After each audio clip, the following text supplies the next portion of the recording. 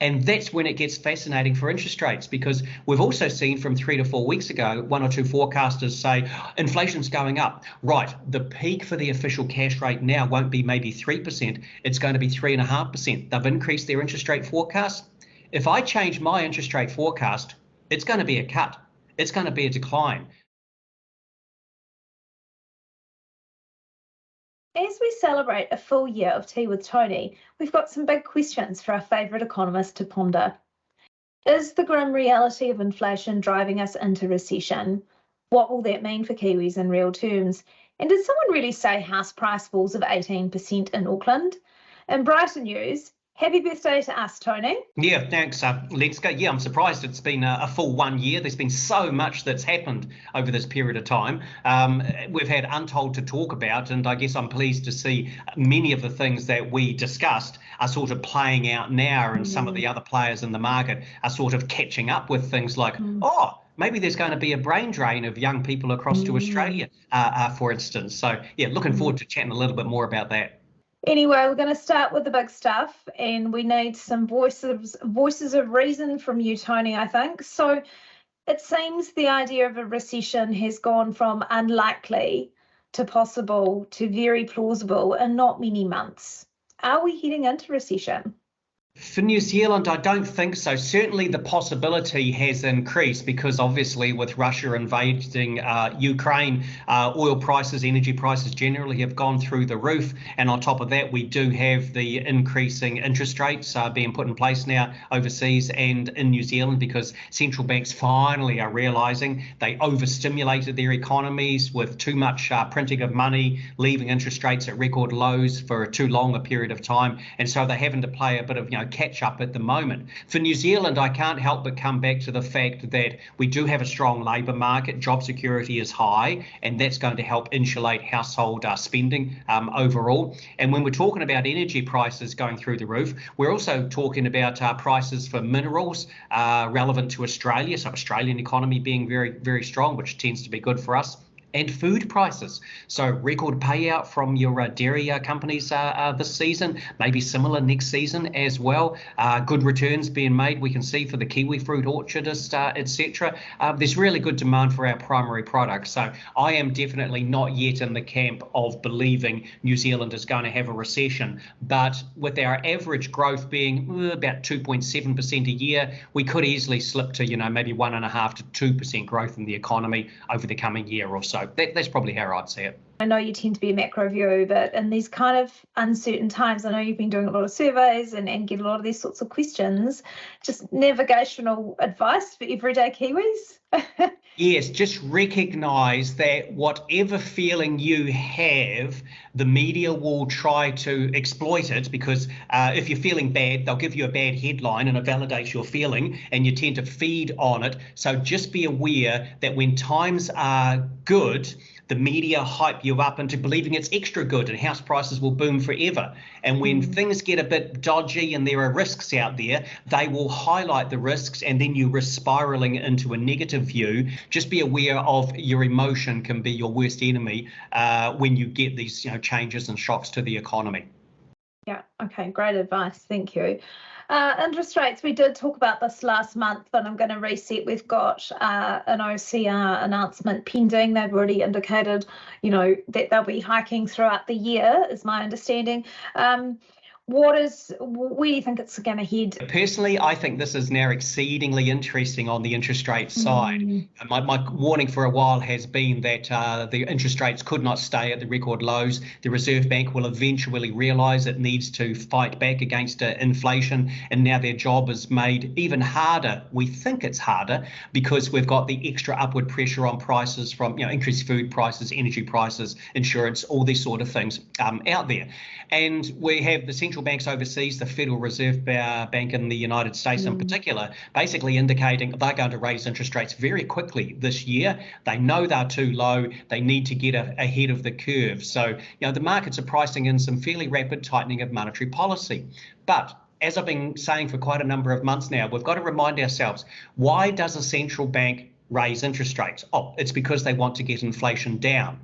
When? Not now. Nothing our Reserve Bank does now is really going to affect our inflation this year. It will affect it in 18 months' time. And that's when it gets fascinating for interest rates, because we've also seen from 3 to 4 weeks ago, one or two forecasters say inflation's going up. Right, the peak for the official cash rate now won't be maybe 3%, it's going to be 3.5%. They've increased their interest rate forecast. If I change my interest rate forecast, it's going to be a cut. It's going to be a decline. From around about a year ago, I've been saying I think the peak for the Reserve Bank's official interest rate will be 3%. If I change it, it's going to be a decrease to maybe 2.75% because we've got the extra weakness that they want already out there. And going back to what I was saying just 3 or 4 or 5 minutes ago about the emotion, we've already got the media now highlighting a lot of negativity in the economy, so people are starting to be scared, and the Reserve Bank always finds that quite helpful, because when they raise interest rates, they don't just want some sort of physical impact on our wallet. They want people generally to be scared and cut back, and we're doing that, and the media are helping. I'm less worried about interest rates going to high levels now than I was previously, but they're still going to go up. People should still anticipate that. Just on inflation, and it is, we talked about it last month, it's bloody hurting. Let's be honest, it's hurting everyday Kiwis, and it's hurting people on fixed incomes as well. So the government has announced, we've still got a minimum wage increase. We've still got, so I find this a bit of a dichotomy, and I want to ask you about this, because you've got people on fixed incomes who life just got very expensive for, so that's really hard for them. But the whole premise of managing inflation is you make life hard for people by increasing interest rates. So is not, proceeding with the minimum wage, the benefit increases, superannuates increases, isn't that further stimulating inflation? Exactly. And so one of the comments I made here a few months ago was that at some stage this year, the Reserve Bank will use a phrase which central banks use when they're raising interest rates. Eventually, they will say something along the lines of monetary policy needs friends. And it's a signal to the government. It's saying that they're raising interest rates, they're tightening monetary policy, but they need a friend to help them out. They're saying to the government, you need to cut your spending. You need to pull back. We're trying to make households pull back on their spending. Maybe you need to pull back on your spending as well. One of the other elements here I haven't mentioned in the whole inflation thing is that what does it matter if we consumers pull back on our spending? We don't set inflation. We don't set the business prices, but if we cut back on our spending, business inventories start to rise, and businesses, even if their costs are going up, minimum wage or whatever, will say, well, I need to put my prices up, but a cost plus pricing. But if I do, my warehouse is going to be even more full of couches which I ordered from China 12 months ago, which have now finally shown up, and I can't sell the things. And so the Reserve Bank is trying to influence business spending or thinking with regard to setting its prices. And in that regard, one of the key elements is, will businesses give big wage increases? We already have in front of us evidence that really businesses are not going to be giving those strong wage increases. And it was in the newspaper just the other day, the note, and I'm not sure what the starting year for this was, maybe 3 or 4 years ago, that about 3.5% of the workforce was on the minimum wage. And when the government started increasing the minimum wage, many of us said, well, it's sort of going to lead to all wages going up, but maybe not all that much. Maybe it's going to be a compression at the bottom third of wage earners. We now have 7.8% of people on the minimum wage. So as the minimum wage has gone up, we have not seen the whole wage spectrum go up. We've basically seen this extra compression at the bottom. There is not rapid wages growth out there, and that's a key difference from, say, the 1970s, 1980s. I do not expect our high cost of living increase to lead to high wages growth, which then, of course, leads to prices going up and more inflation, and it all gets bad. So again, that's why I'm not overly worried about inflation from late 2023, because we are not going to see wages go up to compensate for what's just happened. Well, look, many businesses can't afford it, is the truth. Smaller, medium-sized businesses that have had major disruptions during COVID, they cannot afford wage increases, and particularly to even get on a par with inflation. But then on the other side, as we talked about, then the worker pays the price. And so it's this dichotomy again that we seem to is very prevalent in our economy at the moment. And then so the worker says, which we're going to talk about next, I'm going to Aussie. Exactly. People are going to be out of here. I mean, I'm in Oz at the moment. Physically, I'm sitting on the Gold Coast. There's no need to brag, Tony. It's hot. Look, it's cloudy today. There's a wee bit of a storm, so yeah, no sunbathing or anything. But thank God. Thank goodness. Yes, yeah.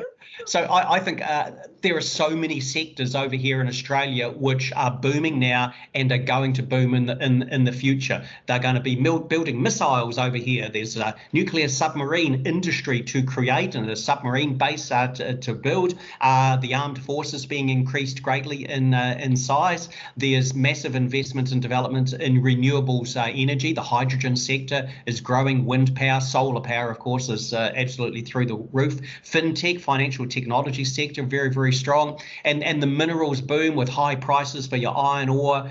More nuclear reactors probably going to be built or kept in service for longer, let's say in Germany, France, etc. And so demand for uranium. The place is going off like a frog in a blender, basically. And here on the Gold Coast, there's new buildings going up all over the show, and they cannot get the staff that they want. And so finally, after talking about this for at least the past year, saying that when the borders open up, I expect to see a big flow of Kiwis overseas. I finally see the other forecasters out there sort of catching up with them, also saying, actually, it looks like we're not going to get a big positive boost to our economy from the borders opening up. It's going to be a negative. Housing markets move in cycles. Interest rates move in cycles, migration flows move in cycles as well. And we are well overdue for a decent outflow period. And yeah, I think we're going to see a lot of young people hop overseas, and the cost of living increase is going to be a big stimulus because, as we've been seeing in the media recently, some people have found it cheaper in New Zealand to order their groceries out of Australia and have them shipped into the country than go down to the local supermarket. That is massively absurd. You know, words fail me, quite frankly. So that will be especially when we're such a big food producer. It's really sad. And look, it's really interesting. The Aussies just keep digging stuff out of the ground, and it works for them, don't they? So and look, that's not to say that we can't compete, because we have competed with them and made migration go the other way in the past. But yeah, we're in for a bit of an interesting ride on that front, I think. But we were here in Queenstown. We're looking forward to welcoming the Aussies back, because we've missed them actually, and our darling operators here, they need a bit of love. So it'll be really nice to see the Australians come back for the ski season on a positive. And we welcome their accents and their fun-loving attitudes. There we go. So let's talk property. We've touched on it. We always talk about it. What's going on? House prices. Did someone say an 18% fall in Auckland? Did you have to restrain yourself from, firing something really defamatory back at them? Yes. I've warned for a long time that people need to be careful regarding which price measures they're actually looking at.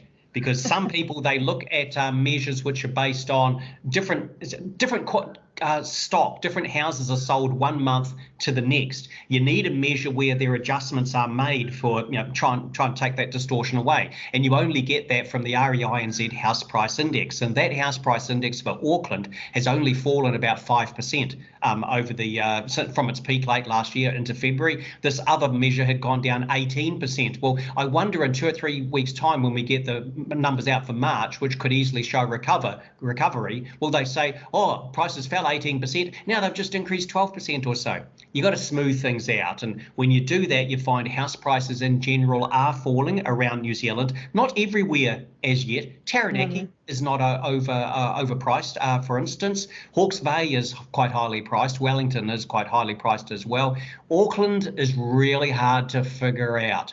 It's not overpriced versus the rest of the country. It's sort of below its trend there, but it has two special vulnerabilities. One is net migration flows. They tend to affect Auckland more than any other part of the country, apart from maybe the labour market down in Queenstown. You're going to need people to be serving the Aussies when they show up for the skiing in 3 or 4 months' time. And with the net, it won't be me, but I know people that want me to help. You'll be down there, working the bar. Yes. Yeah, I've done it before. And the other vulnerability for Auckland is a massive boom in supply. They've got townhouses coming out left, right, and centre. And another thing I've been talking about, I finally saw a reference for the first time also in the media just a few days ago, somebody noting, if you make all this land available for development, that's an increase in supply. When the supply of a thing goes up, the price goes down, not up. And for Auckland, as people acknowledge development land supply is going up, and yet demand will be coming down, especially as banks are pulling back finance for development property.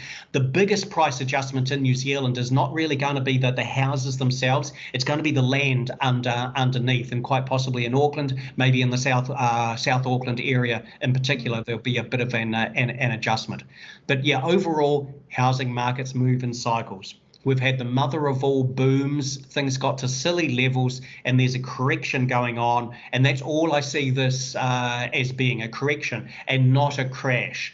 For a crash, you'd need more than just say the interest rates going up, uncertainty in the world economy. You need to have you and I worried about our incomes, worried about getting fired, getting made redundant, etc. But with the labour market so tight, unemployment rate at 3.2% and probably headed lower, I don't think we're going to see that feeling of job insecurity, which would make buyers not just pull back from the market, because a lot of that has already happened. You need to have people going, I'm worried about losing my job, I'm going to sell my house now. You need a wave of selling coming through in order to get a crash. And I can't find evidence of that. So the summary there that I'm hearing is, look, it's just that measured approach that we always talk about. And even if there is a correction, am I right in saying most people are still going to be well better off than they were in terms of capital a couple of years ago? And if we've got this thing internally that we talk about, the 219ers, do you know what I'm talking about? 219ers, no. The 219ers are the people that were on fixed interest rates of 2.19% last year, and they're rolling off.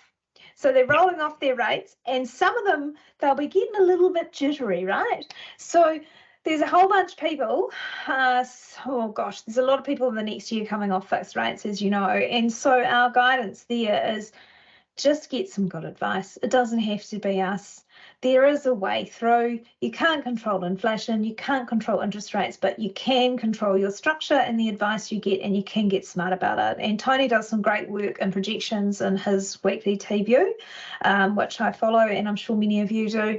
And we deal with this stuff every day. So to close it out, I just want to mention CCCFA NZHL is welcoming the announced changes, which so the minister spoke to the banks and they had a little corridor, and they've announced some changes.